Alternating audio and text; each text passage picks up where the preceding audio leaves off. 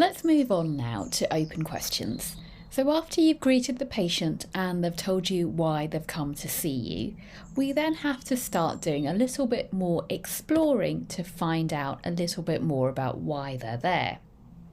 Just before we go on to that, I'd like to remind you, before I forget, because I always do, to take a look at our YouTube channel where we have lots of different quizzes, and these quizzes cover everyday vocabulary that you would come across with your patients in your everyday life, and useful phrases that you can take away with you and use in your OET as well.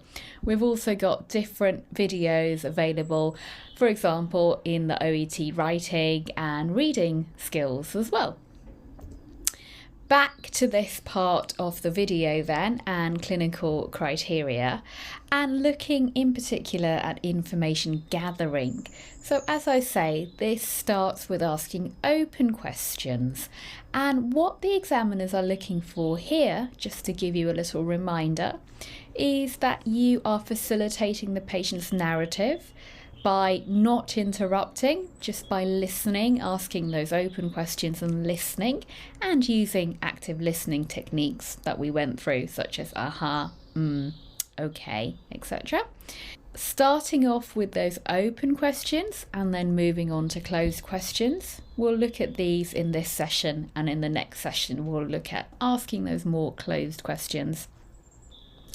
Being careful not to ask those compound, those multiple questions at the same time, or anything leading.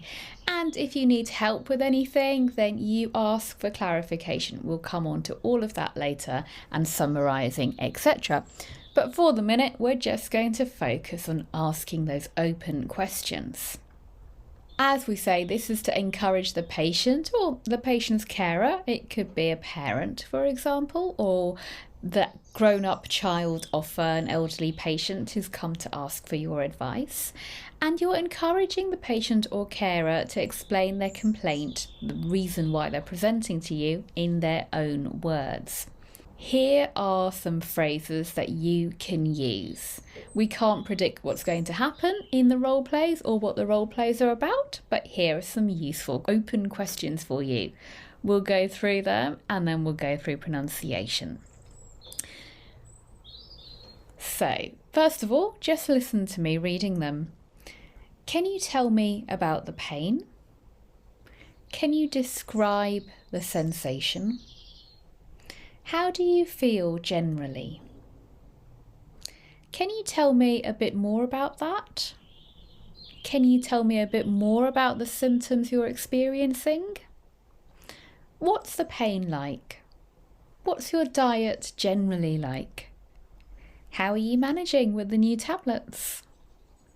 So we've got some phrases here.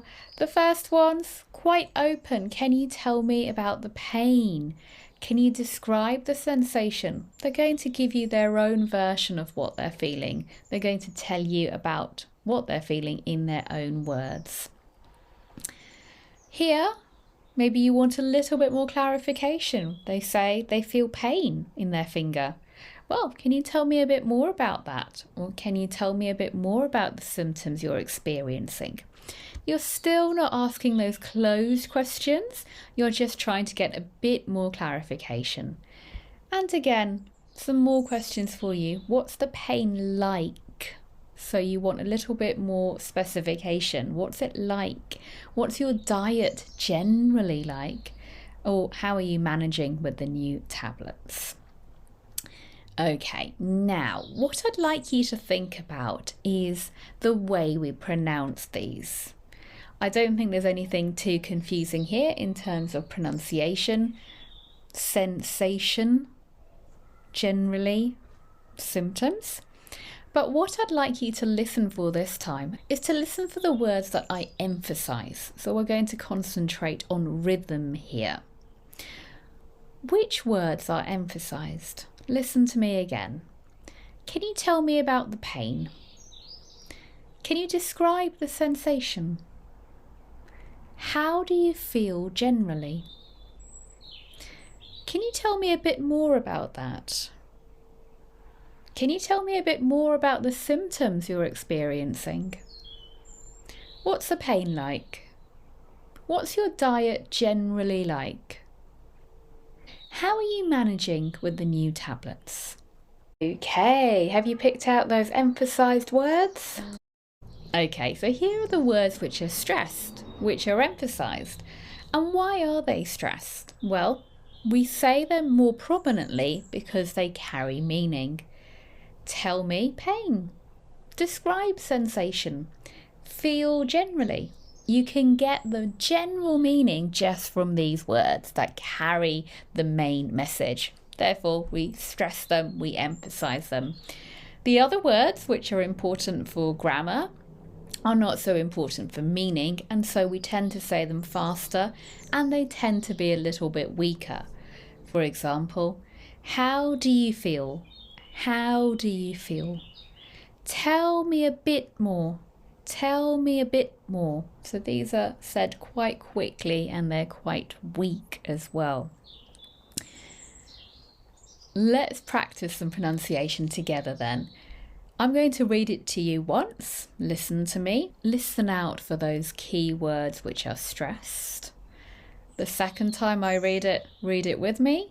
And then have a go by yourself. Read it alone after me. Okay, so 3 times. First time, listen. Second time, read with me. And then third time, by yourself. Are you ready? Here we go. Can you tell me about the pain? Can you tell me about the pain?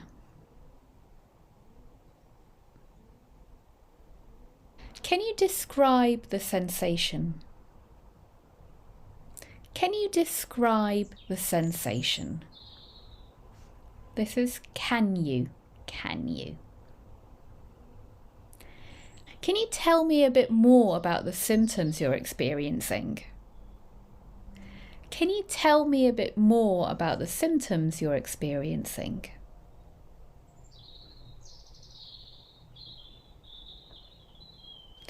What's the pain like?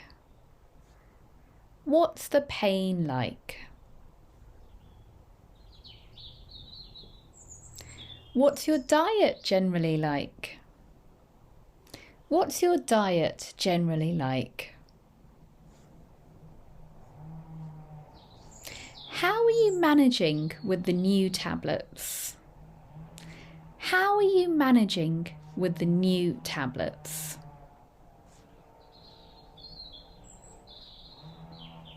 Okay. So those are some nice open questions.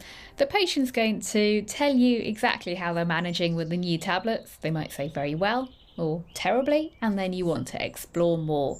So then you go on to the closed questions, and that's what we'll look at in the next session.